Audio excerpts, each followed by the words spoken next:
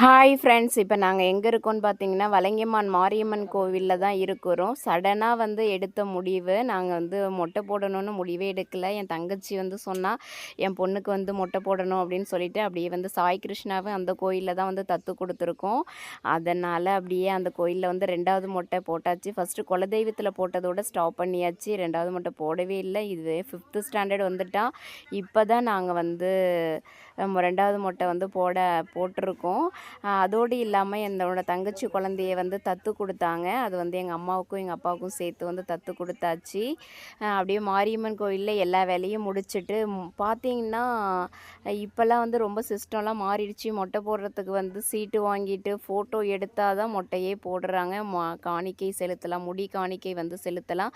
எல்லா ஃபார்மாலிட்டிஸும் முடிச்சுட்டு நாங்கள் அர்ச்சனை கோயிலுக்கு அர்ச்சனை தட்டெல்லாம் வாங்கிட்டு சாமி கும்பிட வெயிட் பண்ணிகிட்டு இருந்தோம்.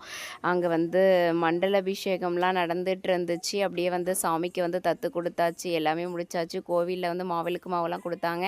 அதையும் சாப்பிட்டுட்டு நாங்கள் ஒரு தரியாக சாமி கும்பிட்டுட்டு வெளியில் வந்துட்டோம்.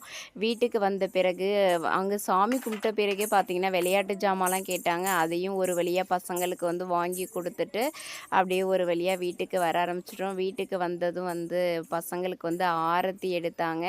ஆரத்தி எடுத்து முடிச்சுட்டு எல்லா வேலையும் முடிஞ்சிடுச்சு. நெக்ஸ்ட் வீடியோவில் பார்க்கலாம். பாய்.